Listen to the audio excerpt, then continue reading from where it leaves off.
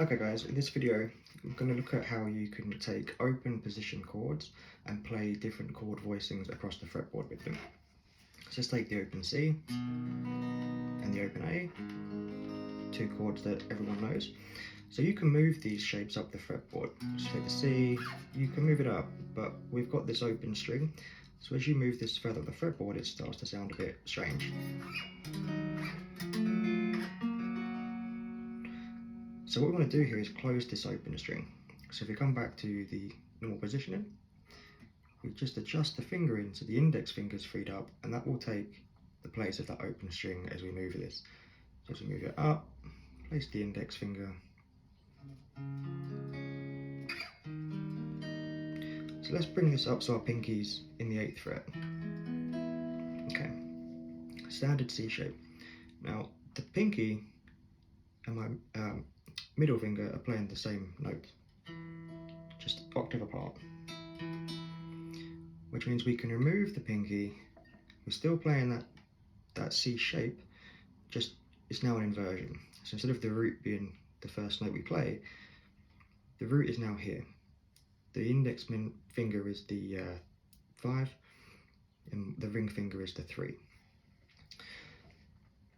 So if we know this is the 3, we can easily turn this into a sus chord. So just a very quick recap on how chords are constructed. Take the 1, 3 and 5, the 1st, 3rd and 5th intervals notes from the major scale. That's how a major chord is created.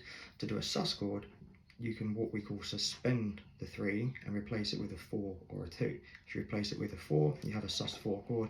Replace it with a 2, you have a sus 2 chord. So back to this shape. This is the 3, the major 3, the 4 is next to it here, 1 fret next to it. The 2 is 2 frets down here. So to play that, first regular major, sus 4, sus 2, okay.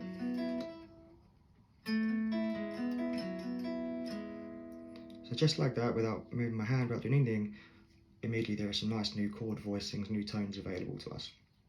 Now let's bring in the A shape. So in this chord, again there's an open A string, open string, that's a root.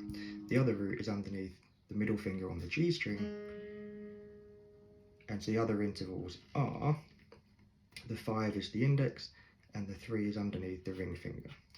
So if you were to make that a sus chord, we're not going to do that here, but just if you wanted to, you put the 4 here, that's your A sus, and the 2, move it. So let's bring it in up here. Okay, so first of all, let's find out what chord this is. This note here is an F. Okay. So by bringing that hammer on in, that is the A shape, just without the open string root. So the root note, again, is on that G string. So what's that note? Well, we could figure that out. 2 frets back, 2 frets up. That is a C. So if we're saying this is in the key of F major, because the first chord is the F, let's say it's F major, we've got the 1 of the 5. So the 1 of the scale is the F, we've got the 5, the C. So we know from basic music theory that 1, 4, 5 is a very common progression in a key. And as it so happens, all 3 chords would be major. So let's introduce the other major chord. 1, 4, 5.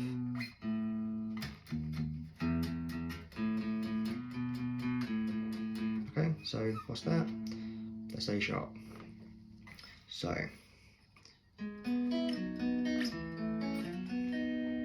that's the 1, 4, 5. It's just instead of played it in the bar chord, very heavy, bass heavy, we can play it nice. Okay, this is great if you are playing a 2-guitar band and you want to add some different voicings to complement each other. It's also great if you're just stuck in the bar chord trap or you want to explore the rest of the neck. But before we move on from this, let's just say we can play this chord and that chord without moving. So what if we don't want to slide back here? Well, play that chord here instead. Okay? Now, here is another inversion again. We've got 1, 3, 5. Okay? Same notes.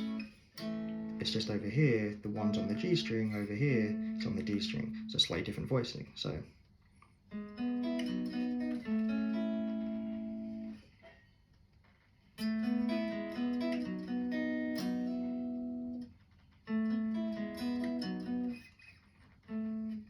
all the different ways you can do this. Okay, just play around with that sus.